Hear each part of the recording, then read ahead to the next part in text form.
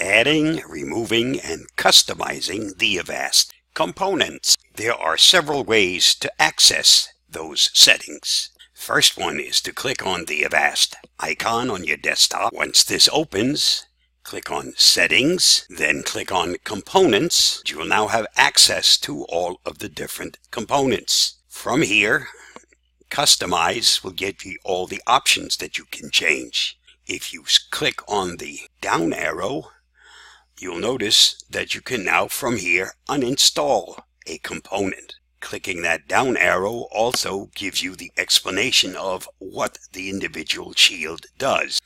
You can also get to these settings by doing a right click on the system tray icon. That opens up a menu. From here, select About Avast. From here again, select Components.